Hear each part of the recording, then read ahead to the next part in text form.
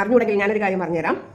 നിങ്ങൾ കള്ള പെറ്റീഷനൊക്കെ കൊടുക്കുന്നതൊക്കെ കൊള്ളാം. പക്ഷേ ഒലീവിയ ഡിസൈൻസ് നിങ്ങൾക്കെതിരെ മാനനഷ്ട കേസ് കൊടുത്താൽ ഈ കള്ള പെറ്റീഷൻ കൊടുത്ത പിള്ളേർ കുടുങ്ങും. അത് അത്രയും വലിയ എമൗണ്ട് ആയിരിക്കും നഷ്ടപരിഹാര തുക ചോദിക്കുന്നതും. നിങ്ങൾ ഓരോന്ന് പറഞ്ഞ് കുത്തിത്തള്ളി കൊണ്ടുവരാനൊക്കെ പല യൂട്യൂബേഴ്സും കാണും, പല കാര്യങ്ങളും പല ധൈര്യവും തരും. പക്ഷേ കേസിൽ പെടുമ്പോൾ നിങ്ങൾ മാത്രമേ കാണത്തുള്ളൂ. അത് ഓർത്ത് വെച്ചാൽ ഈ കുട്ടികൾക്ക് കൊള്ളാം. ഹായ്, ഹലോ, നമസ്കാരം. എല്ലാവർക്കും താരൂസ് വേൾഡിലേക്ക് സ്വാഗതം. നമ്മളിവിടെ ചർച്ച ചെയ്യുന്ന വിഷയം ഒലീവിയ ഇഷ്യൂ ആണ്.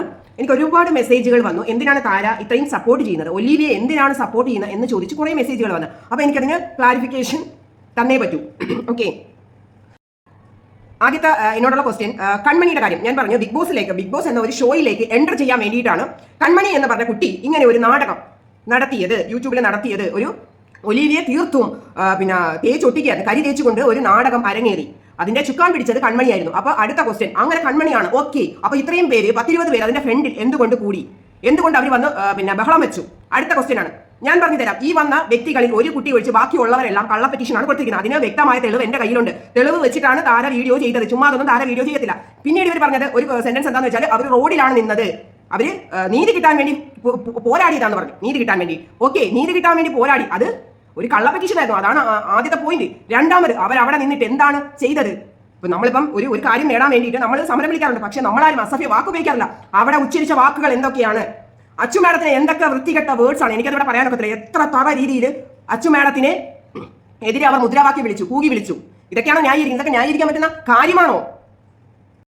നല്ല രീതിയിൽ സക്സസ് ആയിട്ട് പോയിക്കൊണ്ടിരിക്കുന്ന ഒരു സ്ഥാപനത്തിന്റെ ഫ്രണ്ടിൽ ചെന്നിട്ട് ആ സ്ഥാപനത്തിന്റെ ഉടമയെക്കുറിച്ച് കള്ളക്കഥകൾ പറഞ്ഞ് മുദ്രാവാക്യം വിളിക്കുന്ന ഈ ഒരു രീതിയെ സപ്പോർട്ട് ചെയ്യുന്നവരെ ഞാൻ എന്താണ് പറയേണ്ടത്? ഞാൻ എന്താണ് അവരെ പറയേണ്ടത്?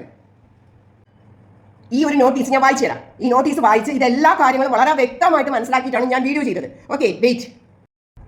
വേതന കുടിശ്ശിക നൽകാത്തത് സംബന്ധിച്ച് ഈ ഓഫീസിൽ ചില പരാതികൾ ലഭിച്ചിട്ടുണ്ട്. മേൽ സാഹചര്യത്തിൽ പരാതിയിൽ പരാമർശിച്ചിരിക്കുന്ന തൊഴിലാളികൾക്ക് നൽകാനുള്ള വേതന കുടിശ്ശിക നൽകി. ഇത് സംബന്ധിച്ച വേതന രജിസ്റ്റർ, സാലറി സ്ലിപ്പ് എന്നിവ സഹിതം 14/8/2024 തീയതി ഉച്ചയ്ക്ക് 1 മണി ഈ ഓഫീസിൽ ഹാജരാക്കേണ്ടതാണ്.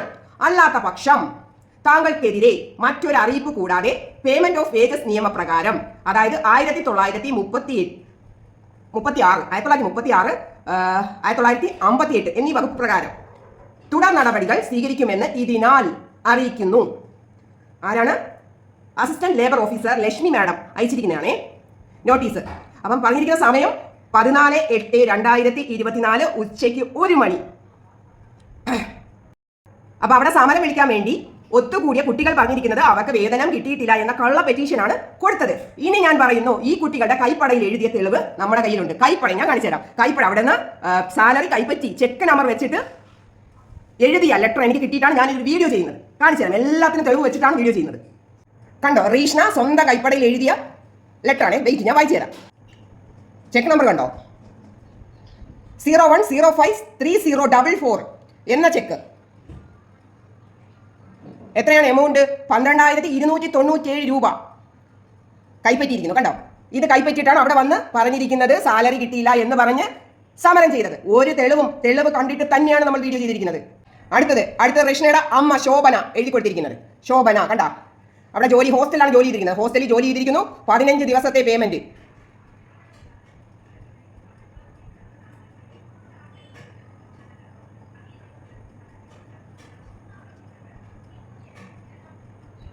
അത് ഞാൻ വായിച്ചു തരാം. ഓൺലൈൻ എക്സിക്യൂട്ടീവായ, ഞാൻ തിരിച്ച് വെച്ച് വായിക്കാം, ഇത് പാടില്ല വായിക്കാൻ.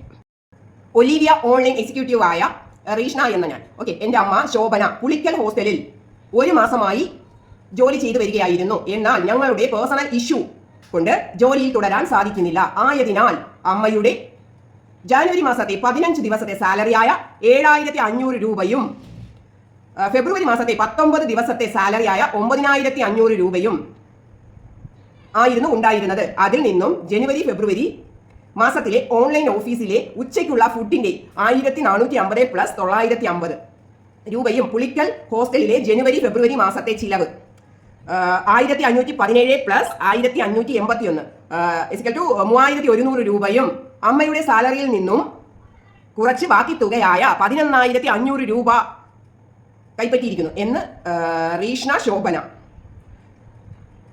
കണ്ടോ? ഇങ്ങനെ എത്ര തെളിവുകൾ. അടുത്തത് പറഞ്ഞുതരാം. ശ്രേയയും അവിടെ വന്ന് സമരം വിളിച്ചത്, എന്നിട്ട് കൈപ്പറ്റിയിരിക്കുന്നു. കാണിച്ചു തരാം. ഞാനിതൊന്നും വെറുതെ പറയുന്നതല്ല. 20/4/2024 ചെക്ക് നമ്പർ കണ്ട, ചെക്ക് നമ്പർ സഹിതമാണ് എഴുതിയിരിക്കുന്നത്.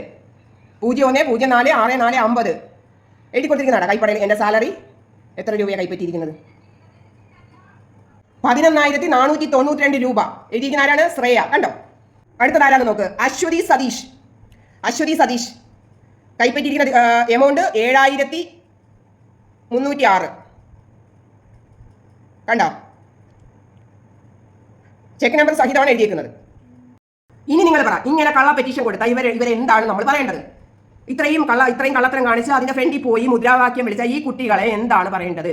ഈ കുട്ടിയൊക്കെ സപ്പോർട്ട് നിൽക്കണോ? ഞാൻ ഇന്ന് നമുക്ക് ഇൻഡിപെൻഡൻസ് ഡേ ആണ്. ഒലിവിയെ സ്നേഹിക്കുന്ന എല്ലാ പ്രിയപ്പെട്ടവർക്കും ഒലിവിയ സയൻസിന്റെ ഇൻഡിപെൻഡൻസ് ഡേ ആശംസകൾ അറിയിക്കുന്നു. അതിനോടൊപ്പം ഇന്നത്തെ ഡേറ്റ് എന്ന് പറയുന്നത് ഓഗസ്റ്റ് 14 തീയതിയാണ്. കഴിഞ്ഞ കുറേ ദിവസങ്ങളായിട്ട് ഞങ്ങളെ ടാർഗറ്റ് ചെയ്തുകൊണ്ടിരുന്ന ഒരു ഡേറ്റ് ആണ് ഓഗസ്റ്റ് 14 എന്ന് പറയുന്നത്. കാരണം ഞാൻ ഇന്നലെ ഷീ ടോക്കർ എന്ന് പറയുന്ന യൂട്യൂബ് ചാനലിൽ ഒരു വീഡിയോ കണ്ടിട്ടുണ്ട്. അത് ഞാൻ ഇതിനോടൊപ്പം ആഡ് തോന്നിയ ഒരു ട്രോൾ വീഡിയോ തന്നെയാണ്. ഒരുപാട് സന്തോഷമുണ്ട്. കാരണം പല മനുഷ്യർക്കും സത്യാവസ്ഥകൾ അറിയുകയും അവരെല്ലാം റിയാക്ട് ചെയ്യാൻ തുടങ്ങുമെന്ന് അറിയുന്ന ചെറിയ കാര്യങ്ങളായിക്കോട്ടെ. പക്ഷെ അവർ വിളിച്ച് പറയുന്ന സത്യങ്ങൾക്ക് ഒരു സത്യമുണ്ട് എന്ന് നമുക്ക് മനസ്സിലാക്കുന്ന രീതിയിൽ. അതായത് ഓഗസ്റ്റ് 14 തീയതി അടൂർ ലേബർ ഓഫീസ് എന്ന് പറഞ്ഞു കഴിഞ്ഞാൽ എന്താണ് എല്ലാവർക്കും അറിയാം. ഒരു ലേബർ ഓഫീസിലായിക്കോട്ടെ, മറ്റൊരു നമ്മളെ ആരും തൂക്കിക്കൊല്ലില്ല. നമുക്ക് അവിടെ നമ്മുടെ സ്റ്റേറ്റ്മെന്റ് കൊടുക്കണം. നമുക്ക് എന്താണ് ഒരു ലേബർ ഓഫീസർ എന്നോട് 14 തീയതി അവിടെ എത്താൻ പറഞ്ഞു കഴിഞ്ഞാൽ ഞാൻ എത്തണമെന്ന് നിർബന്ധമൊന്നുമില്ല.